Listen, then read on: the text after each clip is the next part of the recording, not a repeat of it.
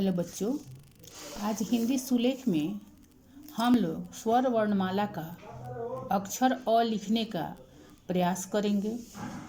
हम इसके पहले सुलेख में खड़ी रेखा, पड़ी रेखा, वक्र रेखा और जिगजैग ये बनाना सीखे हैं।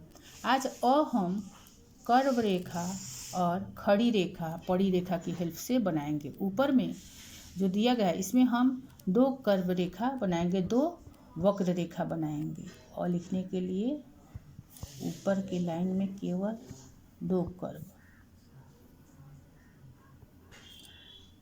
लेफ्ट सी के समान कर्व होता है। यहाँ 2 कर्व हम बनाए। उसके नीचे 2 कर्व और एक पड़ी रेखा या स्लीपिंग लाइन। 2 कर्व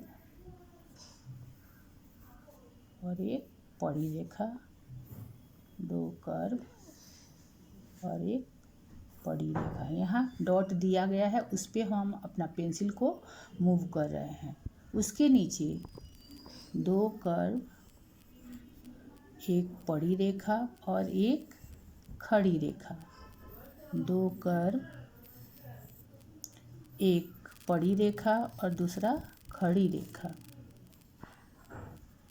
2 कर्व, एक पड़ी रेखा, दूसरा खड़ी रेखा। सबसे नीचे में हम 2 कर्व, पड़ी रेखा, खड़ी रेखा, शीरो रेखा।